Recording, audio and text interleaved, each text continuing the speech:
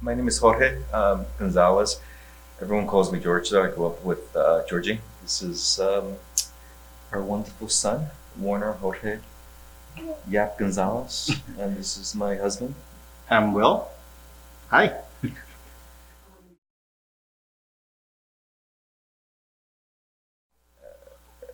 From day one when I walked in, I just felt like I was welcome, like I was made part of the community, and I realized that, um, especially in my relationship with God, it's always been about the community.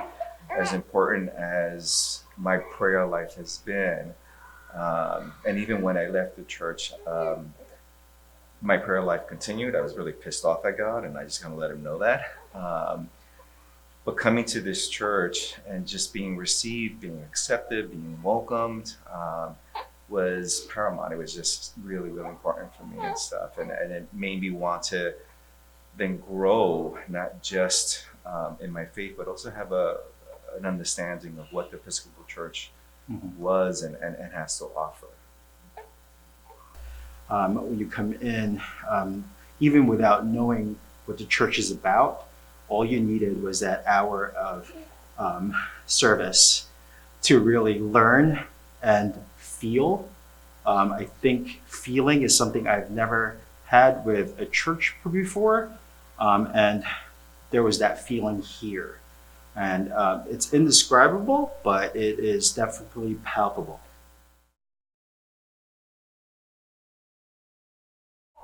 Um, I attended last year's summer Bible study, and one of the themes really kind of struck me was Advent, a time of waiting.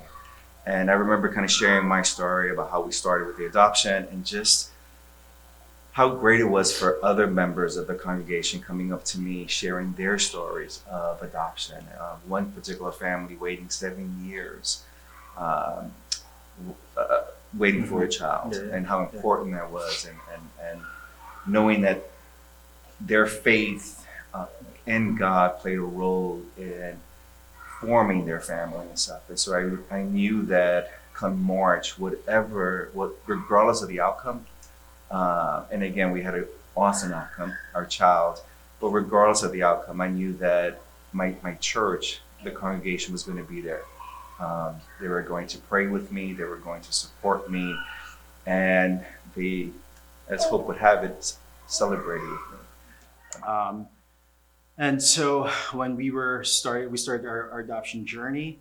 Uh, we definitely sought out some prayers from the congregation, and we definitely received it. And more so when he was born, and we were awaiting, yeah, talking about you, the 72-hour period. And uh, what I really, how I really felt is we sent Lori a picture, and you guys in the congregation, I should say, prayed over um, on on a Sunday, which was the Sunday that we were actually doing the signing for him to be legally ours. And being 3 hours ahead, it was happening right at the same time when church is happening. So it was pretty surreal and to experience that, right, Warner? So that's I really felt, even though we were 3,000 miles away, I felt Grace Church. The other thing that happened also in 2019, and it was kind of weird because as we started this journey in March with being matched, one of my closest friends actually was diagnosed with cancer, and he was battling his own health and stuff. And unfortunately, in September, he passed away. So that was very difficult because this guy was not, he was a teacher of mine, he was a youth minister, but at the end of the day, he was really a very beloved friend. He officiated my brother's wedding, he spoke at our wedding. And there's a story I want to share because I think it really brings out who he was. And in many respects, I think also what grace is about.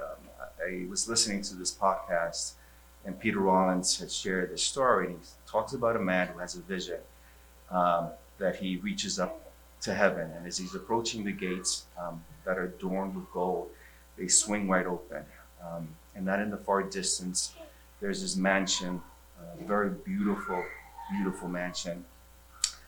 The doors open there, and out comes an elderly guy, kind of stern looking, long bearded. And as he approaches this man, he introduces himself as St. Peter. And he tells the man, the gates are open. You're welcome to come in. You've made it. Rejoice and be happy. And so the guy, of course, takes one step forward and he cracks a smile on his face. And then something catches his attention. He kind of looks behind him. There's a crowd gathering. And their lips seems to be moving, but he can't really make out what they're saying. And as he continues to look, the crowd gets even bigger. It multiplies. And then he finally takes notice. They're Muslims, they're Jews, they're atheists. People have been discarded and broken people. And so he looks at St. Peter and says, well, what about them? And St. Peter says, well, we got rules here, like you've made it, you've done all the rules, and you're welcomed. And think about it, membership here is membership for an eternity. So he looks back again and he remembers a distant story he heard when he was much younger about a bastard child who made friends with the Pharisees, went to the homes of tax collectors. He befriended prostitutes, and he embraced the lepers. And his closest friends he walked with denied him and also betrayed him. And so he takes his foot back and he says, you know what, I think I'm going to go with them. And so St. Peter at this point can't hide his own smile, and he cracks a smile and he says, I think you've made a wise choice and stuff. And this is who Mike McCauley was. And I think in many respects, this is what our church is also. Come as you are. And if you're broken, we'll hold you together and we'll try to make you whole. And if you're whole, we'll make you rejoice.